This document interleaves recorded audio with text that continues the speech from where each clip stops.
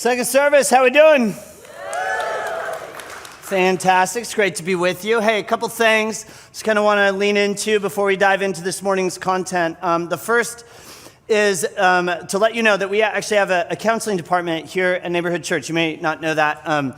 And it's led by what we call peer counselors. Now, these counselors are not like licensed psychologists or marriage and family therapists, but they have been trained by them. So all of our peer counselors go through actually a pretty rigorous 6-month training program, and then we turn them loose. And we are about to start another peer counseling training. And so through this series, this You on Purpose series, maybe you've been kind of thinking about who you are and what God's called you to do, and maybe sitting with people and just hearing them and being present with them is part of maybe what you feel God's inviting you into. Well, then I really, really encourage you to at least begin to explore if peer counseling here at Neighborhood is maybe right for you. So if you're at all interested in our being a peer counselor and being a part of our counseling department, you can go to the Next Lounge, which is right outside on the patio to my left. There's a big sign over it that says Next. You really cannot miss that. And if you can't find it, you got a lot of problems anyway. So that's, I don't think you'll be a good fit. So anyway, just wanted to let you know, and we'd love to have you. And we always have plenty of people that are looking for a counselor, but not always enough counselors. And so if you're at all interested, please go and ask for more info and just start the conversation. It's not a commitment. It's just saying, let's figure this out together. So anyway, that's what's going on. So that's the first thing. The second thing is, and Jordan talked about this last week, but just want to, again, revisit it. As a church, we say this every week pretty much, but we say, listen, when people ask you what kind of church you go to, you say, we're Jesus Church. That's what we do. He's the center of our faith, and he's, the prototype for what it means to be human, all that stuff that we say all the time around here. So we've actually created a uniquely Jesus-centered growth track for you. It's got 3 separate classes. And so the first one is Jesus Basics, who is Jesus? Jesus School, kind of how do you follow Jesus? And then Jesus Next is really sort of that, we're kind of leveling it up and really teaching you how to spend time with Jesus and really grow your faith on your own. Now, I promise you, even if you've been a Christian for 30 years, you will learn something in Jesus Basics. So we say basic, but it's really not that basic.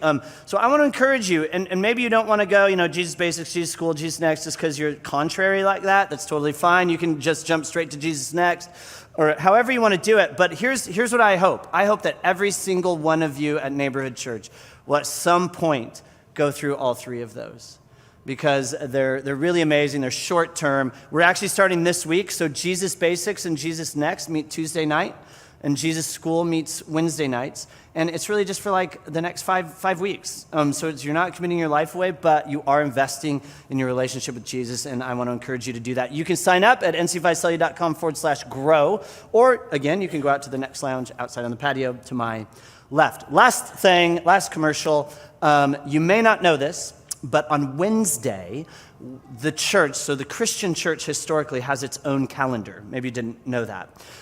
In fact, and it doesn't run January to December. It kind of actually runs December is New Year's, Advent, kind of leading up to Christmas and the birth of Jesus. That's kind of the new year for the Christian church. Well, on Wednesday, we're starting a new season within the Christian church called Lent. Lent starts on a Wednesday, this Wednesday, with Ash Wednesday. So maybe some of your coworkers might have, they'll show up at work with cross, ashes in the shape of a cross on their forehead. Perhaps they go to a high church, like a Lutheran or Catholic tradition. They still very much celebrate Ash Wednesday, the beginning of Lent, which leads us all the way to Easter. It's about 46 days in preparation. Historically, the church, we're celebrating baptisms today. Historically, the church has used the season of Lent to prepare those that will be baptized on Easter Sunday.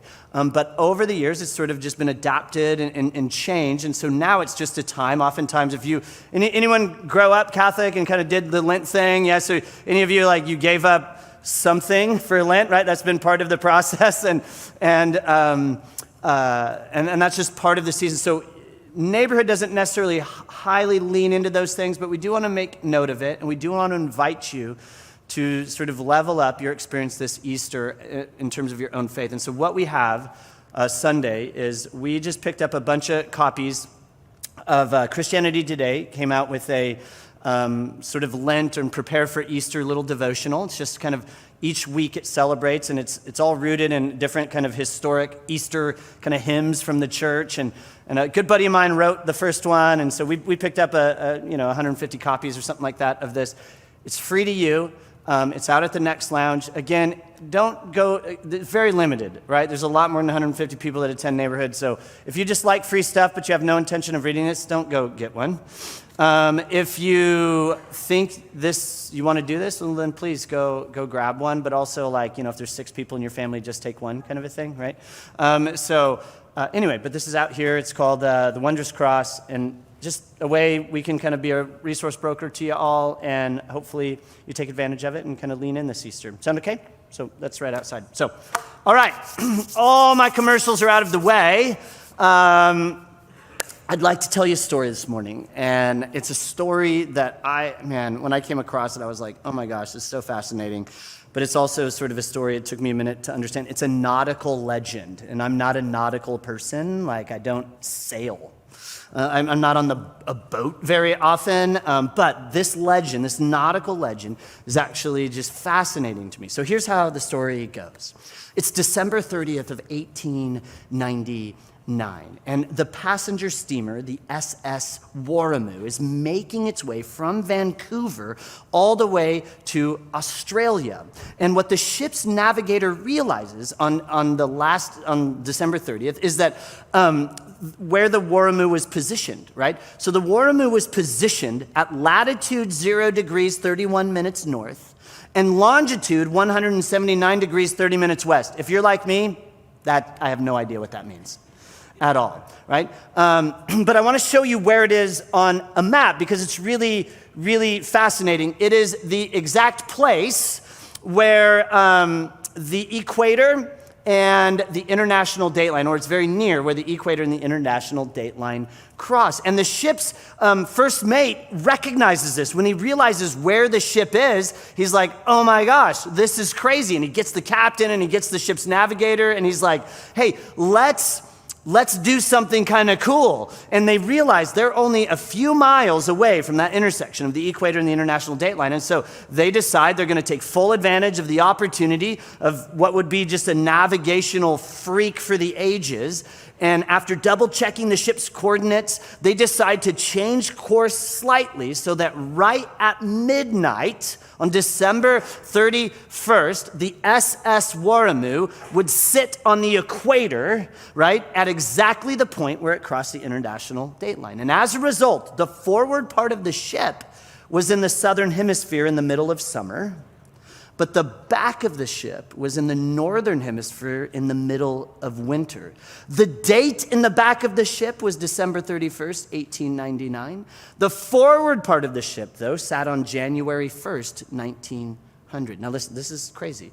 The SS Warramoo was in 2 different days, in 2 different months, in 2 different seasons, in 2 different years, and in 2 different centuries, all at the same time. Now, we don't know if that happened for sure. Again, it's legend. But what we do know is if this navigational anomaly did happen, then every passenger on the SS Warramoo had a decision to make, right? Because if you were in the front of the boat, you could have decided to literally go back in time and relive your past, at least for a few moments. But it's the people in the back of the boat that I actually think had a much more interesting decision to make. Right? They could have chosen for at least a few moments to stay in today. Or by walking to the front of the boat, they could have entered their tomorrow as the first people to step into the new year. The people in the back of the boat, maybe we could say it like this. They could step into their tomorrow today. Now, I tell you that interesting little nautical story because I actually think we have a similar decision to make. We have a decision to make, much like the people who sat in the back of the SS Warramoo. See, because no matter where you are or what the date on the calendar is, you too can step into your tomorrow today. And that's what I want to lean into. I want to lean into this idea of stepping into our tomorrow today. That's where we're going. And really, it's where our teaching series has been driving towards for the last month, this You on Purpose series we've been doing. And if you've not tracked with us, this is your first time, man, I really want to encourage you to go back, grab the podcast, grab the video, watch it, listen to it, whatever. Because I think there's a lot there in terms of helping you kind of get to the place where you figure out who you are and how God created you to be. In week 1, just to get us all on the same page, we talked about defining the journey. And we said, listen, the journey of figuring out who you are actually begins with a totally separate question, whose you are. That at the end of the day, regardless of what all the personality assessments are saying about you, that the most true things, at least from a Christian perspective, are what Jesus says is true about you. And that if any journey in figuring out who you are and what you're supposed to do in this world, from a Jesus point of view, the first step is actually beginning to get to a place where you believe that what Jesus says about you is the truest thing about you. That was week 1. And then week 2, remember it was Super Bowl Sunday, we had 4 different teachers, it was just kind of crazy. But we used the word discover for week 2. And we really did focus on self-discovery and this idea of who I am, or who am I. And we talked about the idea of true self and false self, if you remember. That there's this false self and this narrative that's just really not true about us. And we kind of know our false self because it loves to talk about itself. But the true self, it's like this deeper, more authentic way of being you. But we really began to unpack that. That was week 2. And then last week, Jordan was up here and he helped us start to narrow our focus, right? We use the word decide. How do we make a decision? There's any number of things we can choose to do in this world. There's any number of things we can say that we are. How do we begin to decide and figure out what is the most true thing and point us towards really this week, which is we're just going to use the word do. How do we get to the place where we finally just get off the couch and do something? I mean, how do we, like maybe the people sitting in the back of the SS Warren, how do we move to the front of the ship and learn to step into our tomorrow today? But here's the problem as I was kind of thinking about all of this. I actually think that the American Christian church actually hurts us, I think, sometimes from actually taking that step and actually walking to the front of the boat, so to speak. There's a phrase that is floating around Christianity, at least American Christianity, that I think actually discourages action and invites us to just stay right where we are. And I really cannot stand this phrase, but it's a really popular phrase. So if you're like wearing a shirt that has this phrase on it, I love you, you're a good person, like you can still come to neighborhood. And I only say that because last time I brought up a phrase I didn't like, somebody was actually wearing a hoodie with that phrase on it. And they were like, hey, thanks. And I'm like, hey. So now I'm just getting it out of the way. If you have a bumper sticker or whatever, just you're still a good person. I just think this phrase is really, really problematic. And I think it actually spiritualizes not doing anything. And here's the phrase. Let go and let God. Let go and let God. Hate that phrase. You have the shirt, maybe it's time to, burn it. Here's why I don't like this phrase. It suggests that we should step back and just watch God do all the work. Now, listen, is there some truth to this? Of course. I think it's great that we acknowledge that, God's in ultimate control, and we just, we need to recognize that, and great. But what it forgets to mention is that I think we also need to recognize that God wants us to do something with our life. To move when he tells us to move and to go where he tells us to go. Because at the end of the day, application is everything. I mean, really, what difference does going through the whole process of defining, discovering, and deciding if we don't actually activate who we are and what we're called to do in this world? And the whole point of going through this process of defining, discovering, and deciding is so you'll actually do something with it. Step into, live into who you are and what you're meant to do in this world that's going to add value to the world in a way that only you can. And you may not feel ready. I mean, I sit with people so often, and they give me all of the reasons why they can't take their first step, why they can't go from the back of the boat to the front of the boat, why they can't step into their tomorrow today. But what I say to them all the time is, well, you're never going to be fully ready. I mean, I don't. For those of you that like have children, I mean, I still remember when like Katie says, "Hey, I think we should have children," and I was like, "Whoa, whoa, whoa! Do you know about that? These things, these human like you don't sleep, they cost money. Like we're not. I mean, what I would say to her, we're not ready." Right? We're not ready. We're not ready. And finally, she was like, when are you going to be ready? And I was like, well, again, I think my points, and just to be clear, I was right. You lose sleep. They cost money. I mean, there's a lot of reasons to not have children. But it's kind of like that. Like when, or if you get married or whatever, like when do you know that you're ready? Well, the reality is you're not ever completely ready. You can't really answer some of the questions that are still lingering in your mind until you're just doing it. Right? Until you're just trying to figure it out and you're out there, right? We just have to decide it's time to start, even if you're scared, even if it's hard, even if you don't have answers to all of your questions. I mean, you probably know if you've been coming to neighborhood for a while, like, because I'm fascinated with history. I love history.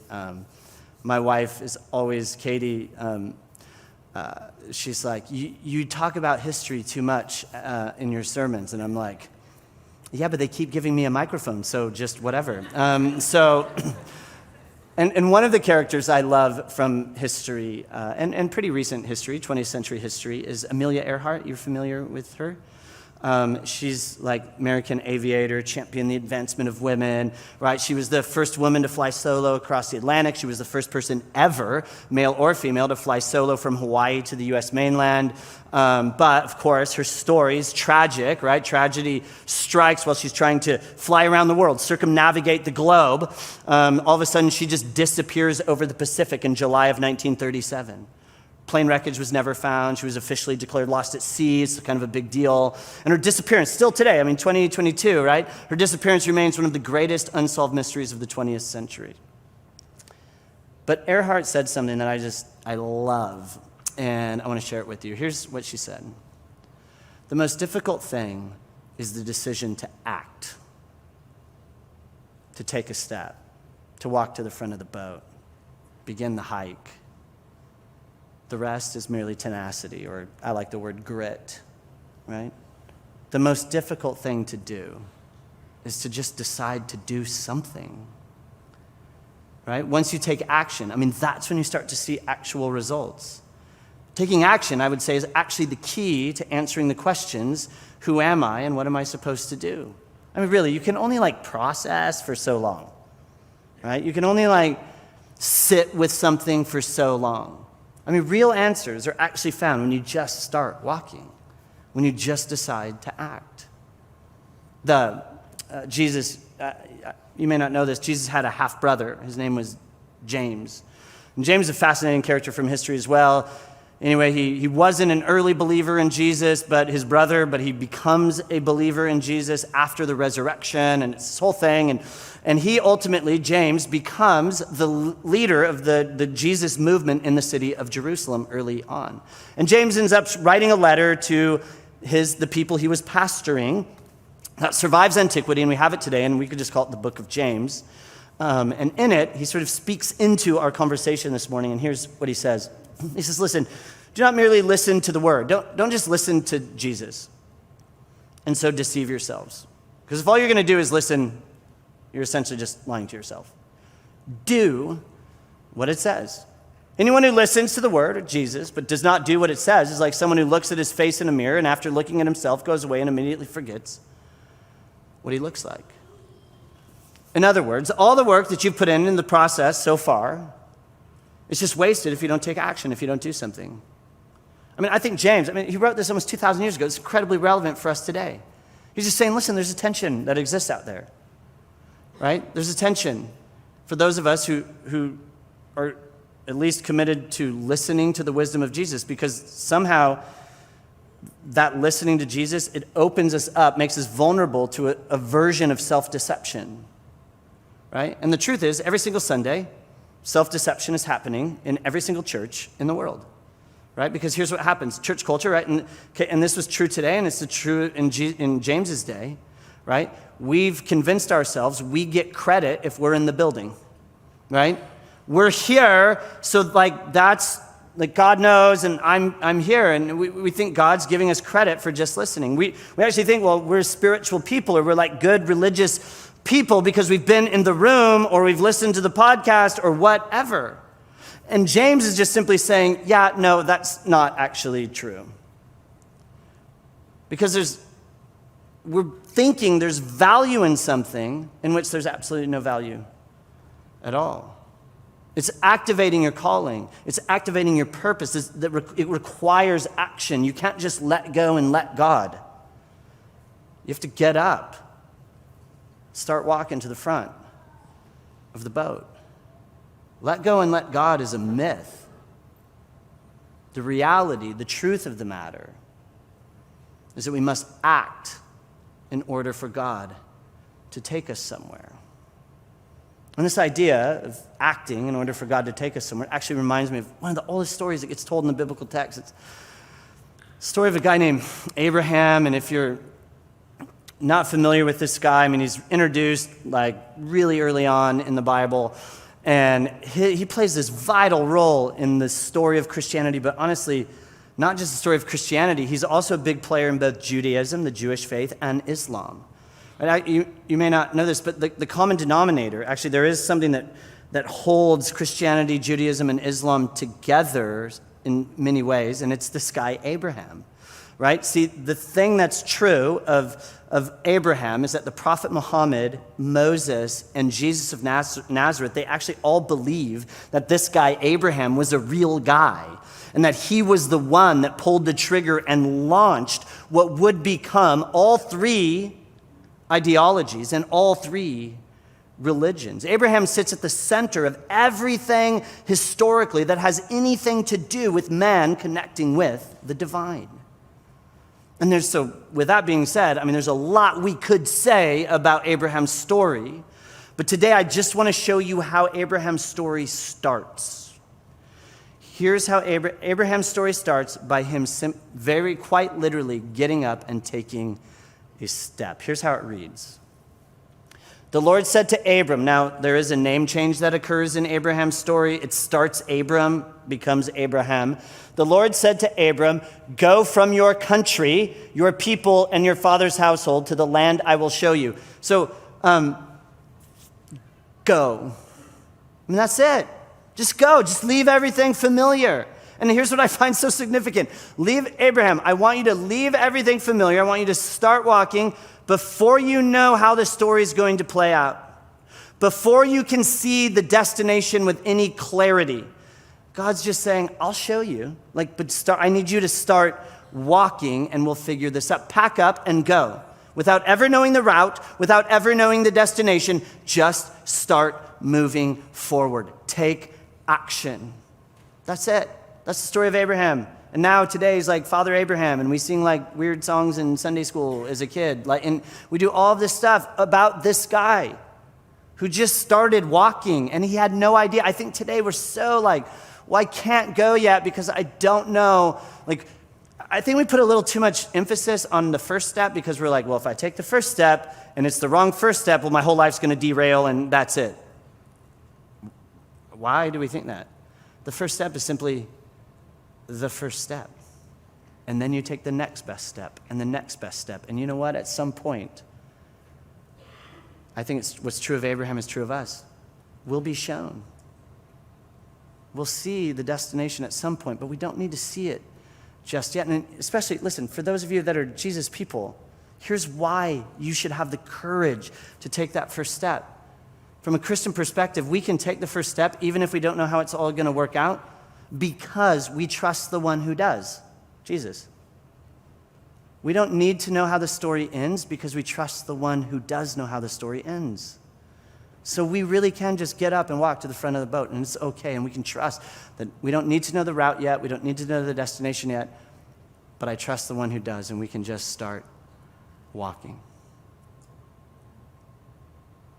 Maybe you're familiar with, if you're like in the sales world or like leadership world at all, there's a guy, maybe the best name ever, Zig Ziglar. You familiar with this name, right? What a great name. He's passed now, but he was a sales expert, famous for his speaking and writing. One of his most popular books called Secrets of Closing the Sale. But Ziglar was also a person of faith, and he was constantly sort of weaving his faith into his speaking and his writing. And one time Ziglar says this: God sees everything at once and knows what you're called to do. Our part, and I think he's onto something, our part is not to play God, right? And by that he means seeing everything all at one time.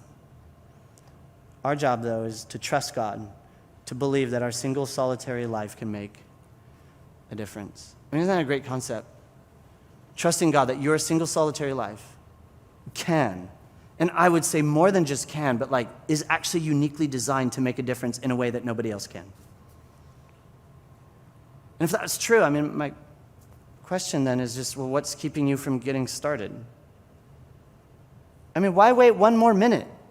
What's the upside of waiting?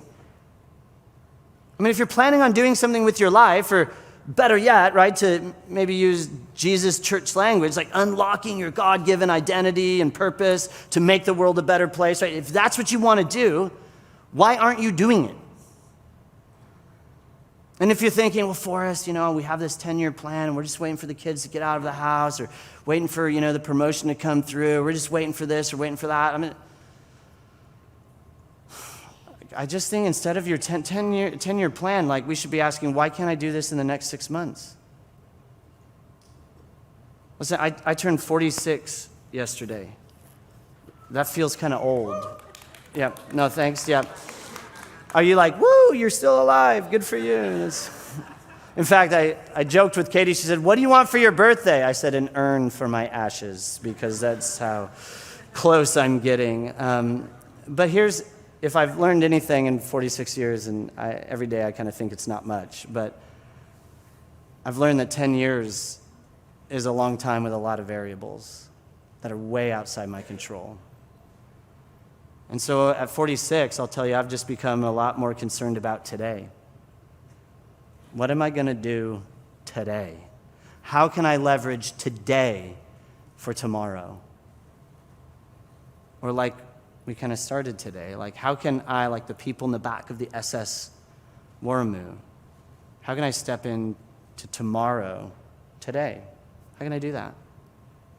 I'm not like a huge TV watcher, but the other day I was on Netflix and I came across a documentary that's like game changer. 14 Peaks. Anyone ever watch 14 Peaks? If you've not, your life is literally has a giant hole in it. You should watch 14 Peaks. It's the story of Nims Persia. Nims, fascinating story, Pakistani, but former British Special Forces soldier. He served in the most elite combat unit in the British arsenal, also an accomplished mountaineer and high-altitude climber. He decides, there he is, there's Nims. He decides in 2019, so just a couple years ago, that he's going to climb the 14 highest peaks in the world in 7 months. Now, so the 14 highest peaks, they're all above 8,000 meters, which is 26,000 feet, which is notoriously called the death zone. Like that's where you start dying because there's just not enough oxygen up there. And to give you an idea of how ambitious what Nims was trying to do, only 40 climbers in the history of the world have ever even climbed all 14 of the highest peaks in the world. And the record prior to Nims doing it was 8 years. But Nims, I think, had the courage to ask, why can't I, what I hope to do in the next 10 years, be done in 6 months? And why can't I do it?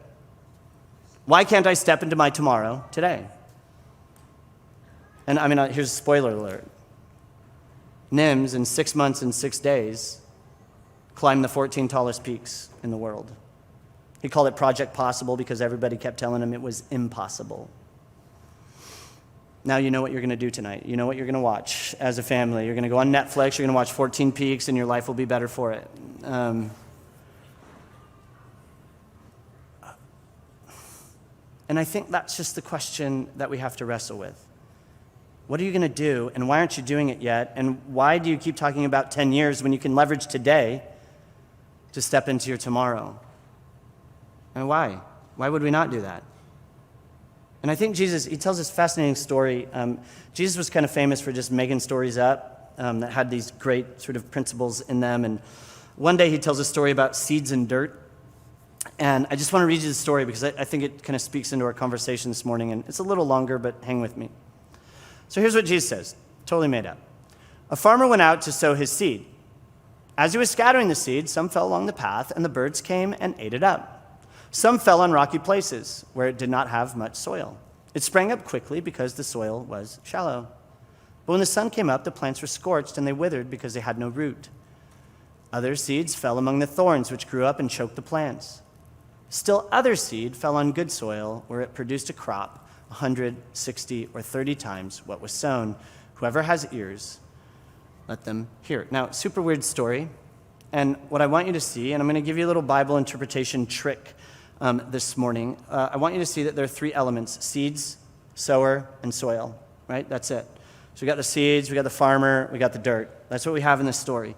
Now, anytime Jesus tells a story, one of the best ways you can figure out what Jesus is trying to say is to find what is holding constant in the story and what is the variable in the story. And when you find the variable, you most often are going to find sort of the hinge of the story. You're going to find what Jesus is driving at. And so here we have the elements are, the seeds, the sower, the farmer, and the soil. Now here's what we know. Let's just do this. Let's just practice. The seeds aren't changing. This isn't a story about good seed or bad seed. The seed is going to do what the seed's going to do if you give it half a chance. That's the point of the story, right? The seed doesn't change. And the seed in the story is the life that Jesus is inviting you into. It's a constant. It's not a variable. It stays the same. And in the story, we also have this sower, this farmer. Farmer's not changing. It's not a story about good sowers or bad sowers, good farmers or bad farmers. In fact, the only thing we really notice about this guy is that super generous, extravagant. He's just throwing seed everywhere. He's quite lavish with the seed. Jesus is playing the part of the sower. So we've got the seed, which is the life we're being invited into. We've got the sower, the farmer, which is Jesus, and that doesn't change. Sower doesn't change, seed doesn't change. So what's the variable? Well, we only have one more element left. It's the dirt, the soil. The soil is what changes here. Whether or not the seed takes root and thrives, it depends on the dirt. You can count on the seed, you can count on the sower. Everything hinges in this story on the soil, on the dirt. And of course, the dirt represents us. We're the dirt in the story. And when it comes to unlocking our potential, when it comes to answering the questions of who am I and what am I supposed to do with my life, you're the only variable in the story. When it comes to living out of the best version of yourself, Jesus is not changing. His ways, like his ethic, like how he wants you to live, that's not changing. Right? Jesus isn't changing. His ways of living aren't changing. The only variable in the process of becoming you on purpose is you. This is why the last step in the process, right? Define, discover, decide. It's to do something. You're the variable. And I think, there's so much written about this. Listen, I have 30 minutes, right? So we're trying to do what, we could take all year talking about in like 4 30-minute sermons. But I want to suggest what I think might be a very good place for you to start. As you say, okay, I want to take seriously getting up and moving from the back of the boat to the front of the boat. And by doing so, sort of stepping into my tomorrow today. I think maybe one of the best things you can do is to simply begin by a process that's called naming. Naming. To understand that you can name your identity. You can name your purpose. Your dreams can actually be named. You can write them down. And listen, this is a big deal, and I'll tell you why. Because naming is absolutely foundational to experiencing meaning as a human being. Naming is also how power and authority are leveraged in God's universe. Really, right? Just go to the first page of the Bible. God's like doing some creating. How does he do it? He simply names reality into existence. If you read 3 pages of the Bible and you get to the 3rd page, we're introduced to a man named Adam, right? And Adam, God and Adam are having this conversation. It's kind of crazy, lots of questions there, but they're having this conversation, and God's saying, okay, I'm going to give you some authority over this place, and I want you to begin to exercise your authority over this place. Adam's first tool isn't a hammer, it's not a wheel, it's a word. What does Adam do first? He names the animals. My daughter is in 3rd grade. Her homework every single day is essentially, you don't understand the story until you can put it in your own words. You don't understand your story, I would argue, until you can put it in words. Right? The story of your life, you need language to help you understand it. So how will you name your story? And again, there's so many podcasts and seminars and college classes. I mean, there's just a lot out there, right?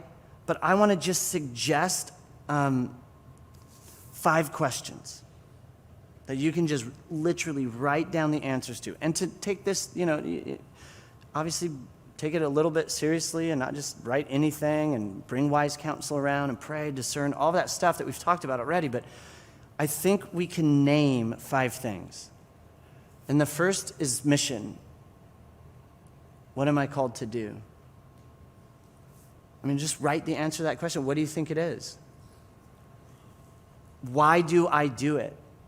That's values. What's driving, what's going to be the engine sort of driving what it is I do? What do I value? Right? How do I do it? This is just strategy. What are you going to do? How are you going to get there? When am I successful? How do you measure your life? And I already want to tell you, it probably doesn't have to do with how much money you make. I think there's other kinds of measures from a Jesus perspective that matter. And the last one, where's God taking me? This is your vision. If you're one of those people that take pictures of slides, this is the one you should take a picture of. Right? These are the questions. Okay, Forrest, I want to do something. What should I do? Well, honestly, you could just start with naming your story by answering these questions and writing them down and talking about it and discerning and just spending some time with them. And here's why all of this is so important. This is it. When you answer these questions with words that are thought through, you experience breakthrough. Right? Because, here's why that's true, words create worlds. Words create your world. Right? How you think, how you live, even if you're not recognizing it, it's actually guided by the words you use for self-identification, reflection, communication, all that stuff. The language you use, it really does matter when it comes to your life design. Listen, you have a choice to make. I have a choice to make. We're all becoming something. I just would argue that I think Jesus doesn't want us to wake up 25 years from now and wonder how we got there. I think he's saying you actually have the opportunity to become who he's created you to be, and you can do that on purpose and intentionally. And it starts today. Because you don't change anything until you change something you do daily. You're not going to change until you change something you do daily. Because the things we do, it does something to us. And my suggestion, and I would say I think Jesus' suggestion, if I may be so bold, is that like the people at the back of the boat, in the SS Warm, and we get up, we start walking to the front, and we step into our tomorrow today by deciding what it is we're going to do. And my suggestion, spend some time crafting the words you want to use. What am I called to do? When am I successful, right? Where's God taking me? How do we walk through all of that? You're becoming something. You might as well do it on purpose. We okay? Yeah? That's the series. I literally have nothing else to say about becoming you on purpose. I don't know anything else. So that's it. Hey, I will say this just before I pray and kind of get us out of here. So this Saturday is the women's conference. I've told you already. I'm so excited about Tara Beth Leach coming. She's phenomenal. You're going to love her. But all of us, if you can't make it to the conference, if you're a woman and you're just not invited because you're a man, Tara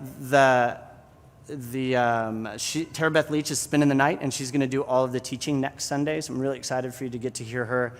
And then the following week, we're going to start a brand new series that will lead us up to Easter, just talking about some of the crazy stuff Jesus said. And we're just going to look at some of the, I think, most important statements of Jesus.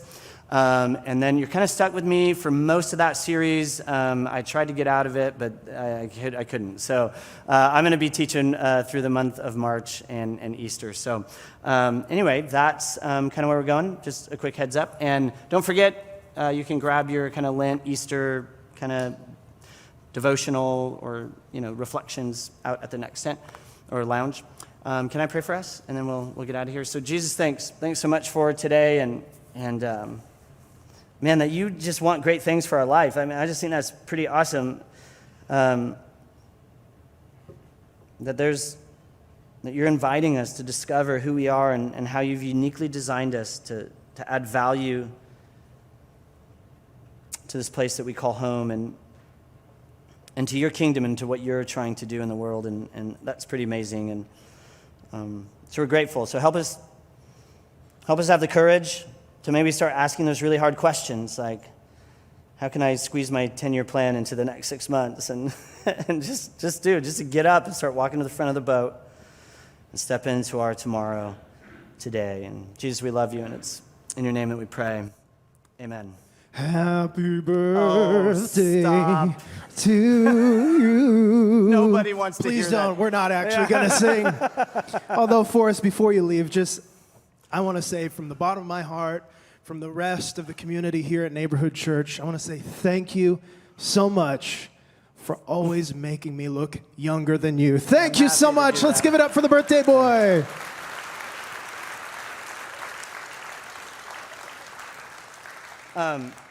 If you could see me in the morning, that would be just... All right, it's been real. It's been a fun 3 years, Neighborhood. Hey, thank you so much for hanging out with us today. Our prayer team is going to be hanging out after service. If you've got some big decisions in your life, you want to talk to someone, you want to pray with someone, whatever it is, we would love to see you over here with the prayer team. Also, Next Lounge, Forrest hit us with a lot of commercials here today. Come get more info, get signed up with all the cool stuff going on. Last but not least, thank you so much for giving to the mission of Neighborhood Church. We've got giving boxes in the back. Have a fantastic week. We love you, and we'll see you soon.